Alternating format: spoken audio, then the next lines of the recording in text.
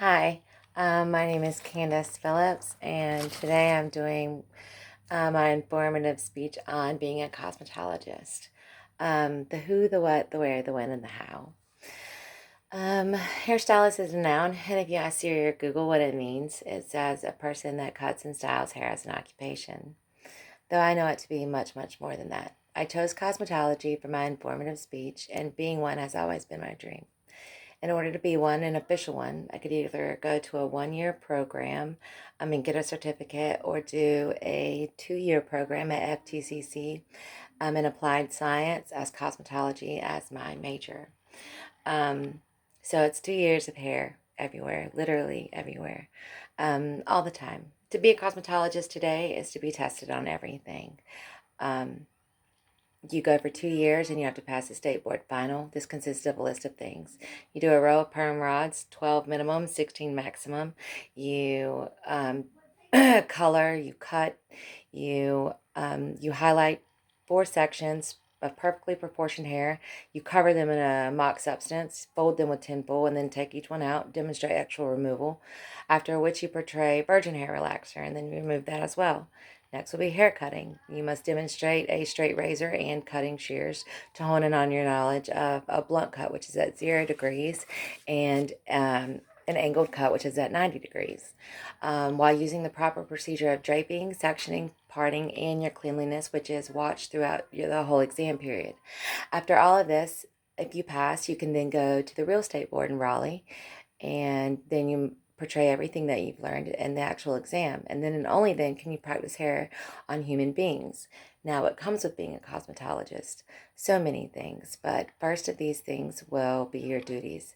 A task or action that someone is required to perform. These can also be called responsibilities that you must do as a hairstylist, consulting with clients, describing different hair care products and their benefits, shampooing, cutting, coloring, and lightening or bleaching hair, offering manicure and pedicure services. You need to be able to follow extensive tasks while multitasking.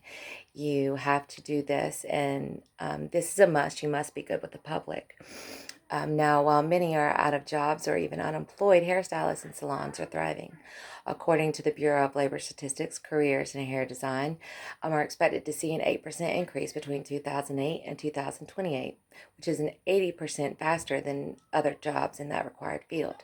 Technical proficiency is only one aspect of being a successful hairstylist. You should also be able to think creatively while you're executing looks that you, yourself, and your clients both like. Taking input from clients and applying it using a combination of technical techniques. In some cases, a stylist must be quick with tact and grace when clients' needs cannot or have not been met. You must know how to maneuver your needs with their ideas and be on the same page. Anne Murato of ModernSalon.com says hairstylists also double over as a therapist, much like a bartender.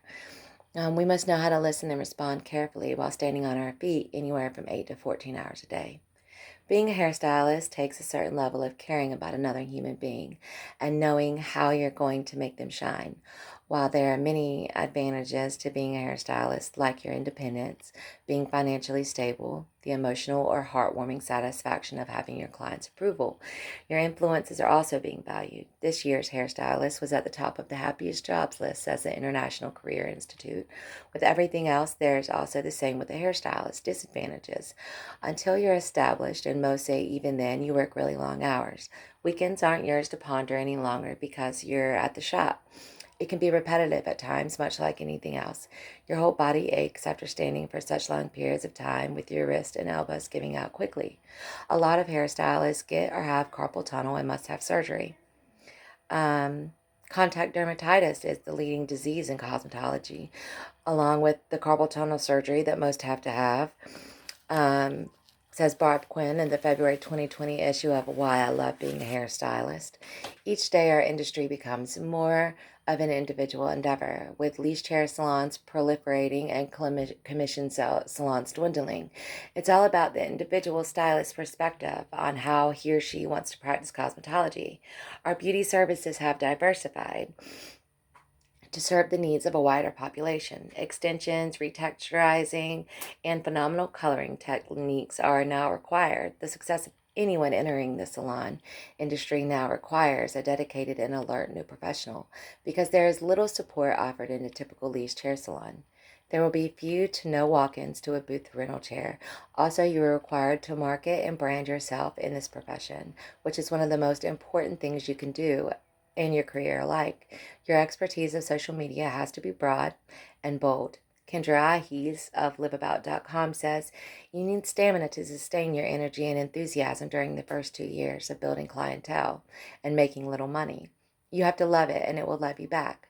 There are 5 traits that every good hairstylist has, and that's a knack for listening, making visions a reality, honesty, technical skills, and adaptability.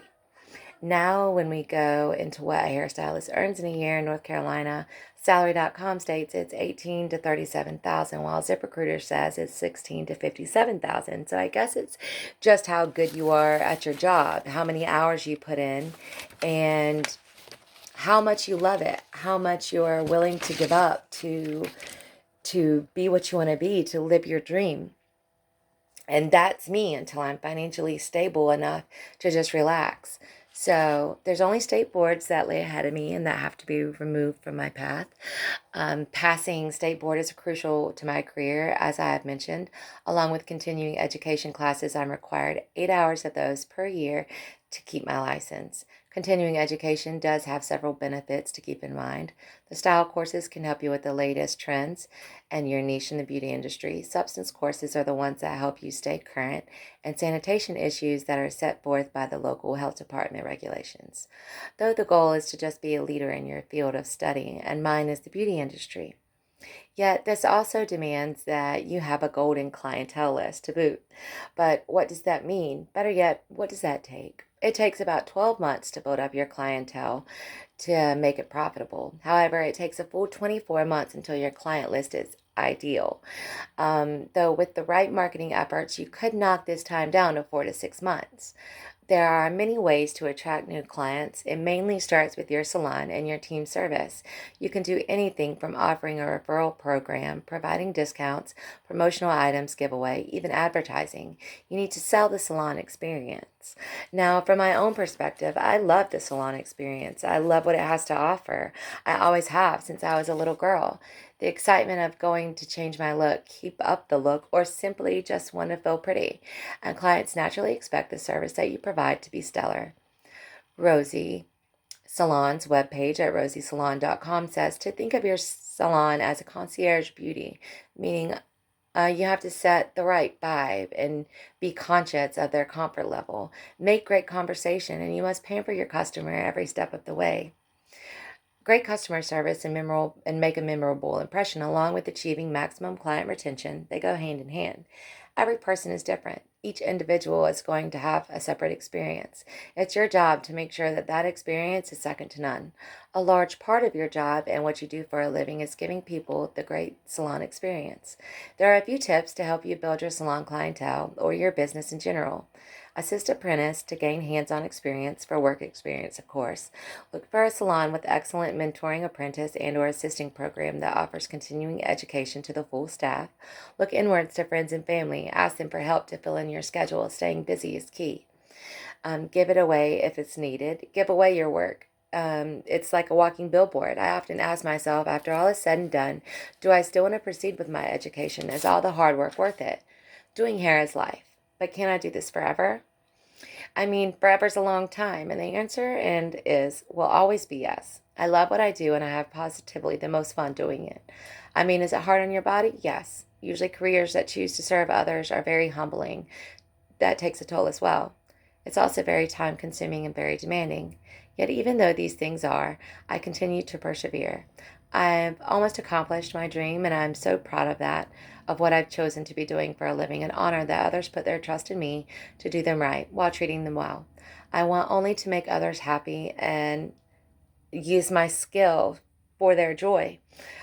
Giving confidence back after someone's lost it is a feeling that only few know, and I'm one of them, and I'm very, very proud of it.